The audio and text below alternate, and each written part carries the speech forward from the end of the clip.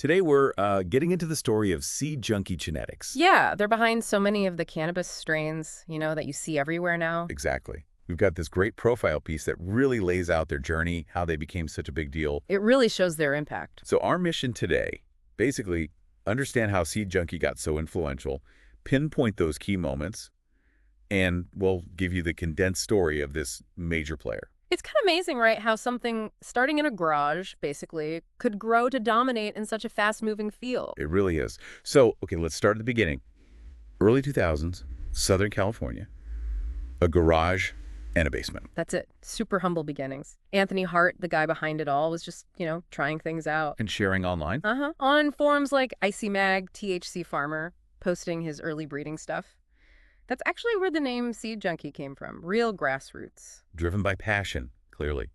Then comes this phase, the pheno hunt you mentioned, roughly 2007 to 2015. Yeah, and this was crucial. It stands for phenotype hunting. Okay, what does that really involve? Well, it means years of really intense, detailed selection, popping tons of seeds, growing them out, and then evaluating every single plant. Everyone? Well, looking for those unique traits, the smell, the taste, how it grows, the whole package, sifting through maybe thousands to find just a few standouts. That sounds like a huge amount of work. Oh, it is. But that dedication, that's what led them to find absolute game changers like wedding cake, Kush Mints, animal mints, foundational stuff. Okay, wedding cake. That one really, really took off. It absolutely exploded. Shifted to Jungle Boys in 2016. Yeah. It was originally Triangle Mints, #23, right?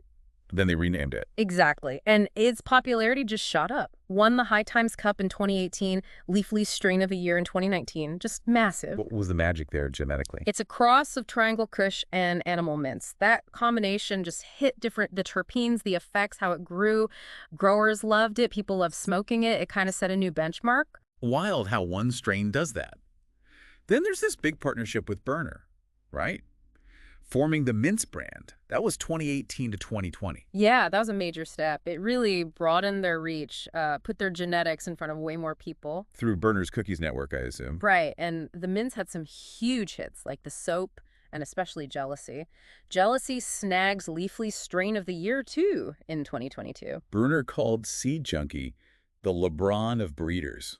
That's some serious respect. It absolutely is. It shows you the kind of reputation they'd built for quality and, well, just killer genetics. Yeah. It was smart, combining that breeding skill with Berner's marketing muscle. But the mints didn't last forever. They sort of phased it out. Seems like it. Around 2021 to 2023, Seed Junky's independent work really came back to the forefront. And they didn't miss a beat, did they? Not at all. If anything, their influence grew even stronger. They teamed up with Doja Pack for permanent marker. Another strain of the year.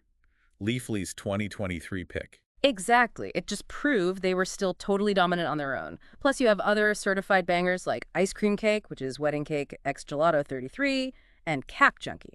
The won't Capulet, right? Alien Cookies, X Kush Mints, #11. That's the one. Just constant innovation, complex crosses. And now, looking at their operation, it's not a garage anymore. Huh.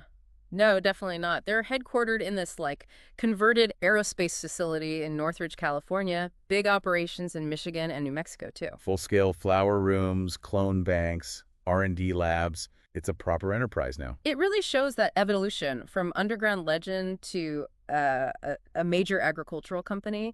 They've got the whole setup to keep pushing things forward. And releasing new stuff all the time, like Malibu, Yellow Straws. Yeah, the work continues. They're not resting on their laurels. So when you step back, their genetics, they're just kind of everywhere. Pretty much. In LA dispensaries, sure, but also these genetics get passed around globally through clone networks. It's huge. It really cements that idea they went from being the sort of underground whisper to a fundamental architect of what modern cannabis looks like. And it all traces back to that early focus, that rigorous phenoshing and commitment to quality. They didn't just follow trends, they made them with the genetics they uncovered. So wrapping this up quickly, Seed Junky's path is pretty incredible. Garage hobby to global cannabis breeding force. Those key strains like Wedding Cake, the partnerships, they were all crucial steps. And hopefully, understanding this journey gives you, the listener, some valuable context for the strains you see and maybe enjoy today. It really does, and it makes you think, right? Considering how fast breeding has advanced, thanks to people like Seed Junky, what kind of innovations, what future breakthroughs might we see next in strains? And maybe more importantly, How could that change your experience with cannabis down the line?